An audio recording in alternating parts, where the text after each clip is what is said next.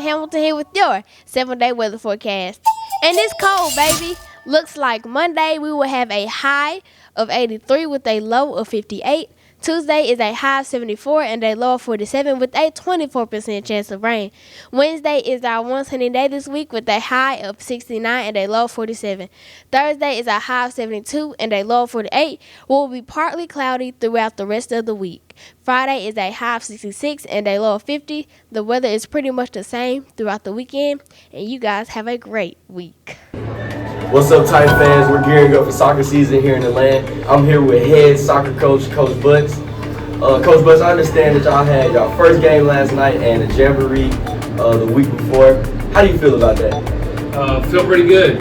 Just after the first scrimmage game against Brookhaven and Northeast Lauderdale, it was very competitive. I got to see a few guys play. Last night we played Brandon, arguably one of the top 5 teams in the state. We tied 2-2, gave up a goal late, but it feels good to be in this position on this long journey. I'm telling our kids it's a marathon for us this year, so we want to be playing our best soccer in January, and I think we're on the right path so far. Yes, sir. Yes, sir. So what are your expectations going forward for future games? I tell you what, I told the kids, as long as effort and focus is there, I think we've been working hard enough in practice to where everything else will kind of take care of itself. Of course, winning the division's our first goal that we can achieve this year. You know, first year in 6A soccer, and winning the division is definitely something that we're aiming for. And of course, we won't get into division play for a few more weeks, but right now, just practicing hard, preparing for the next one. Yes, sir. Thank you, Coach Bud. All right, thanks, guys. My thoughts for the season is just to finish strong, finish our game.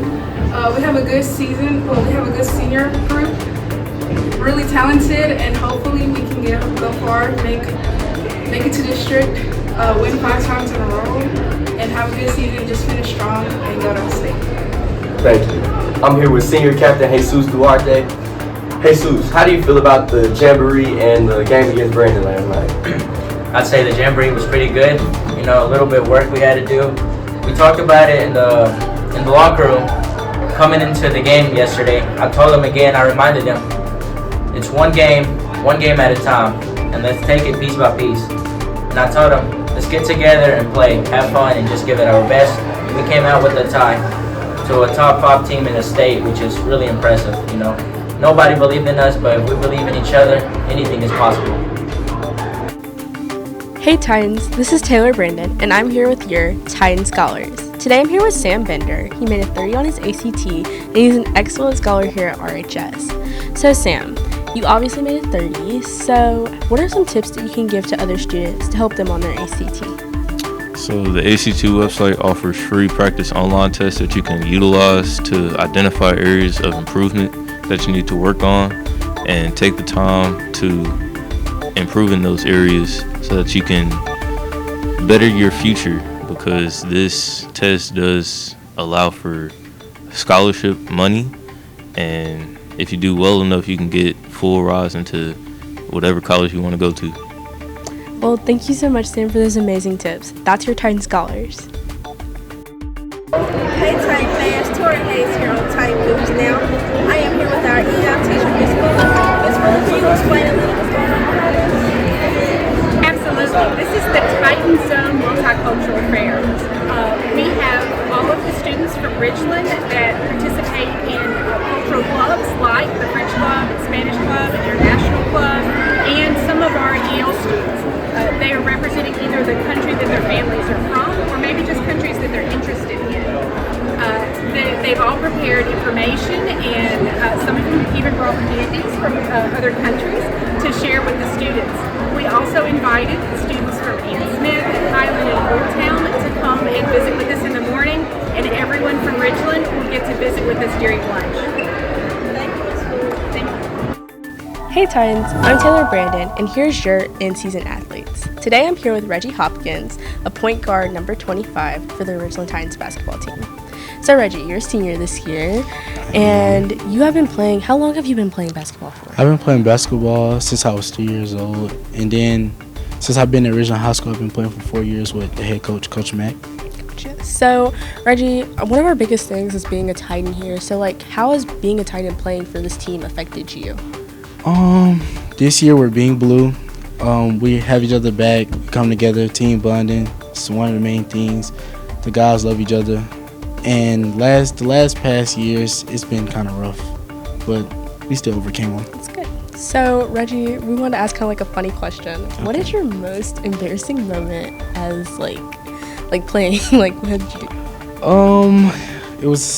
Had a game. It was an early game, and had a full court wide open, and I fell face planted. It's pretty bad. Yeah. It's not fun. So obviously you're a good student, right? You make all A's and B's or all A's. How do you balance schoolwork and being or other activities that you do and being this player? I will say that school is number one priority.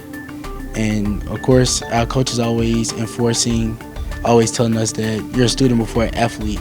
And we take that into every class, to home, doing homework, even before practice. Sometimes we'll have a little study hall or we'll do work and we'll help each other out. Come together as a team, like I said earlier. And next I'm here with Eris Villafranca, number 19 and a midfielder for the RHS soccer team. So Araceli, you've been playing soccer for how long?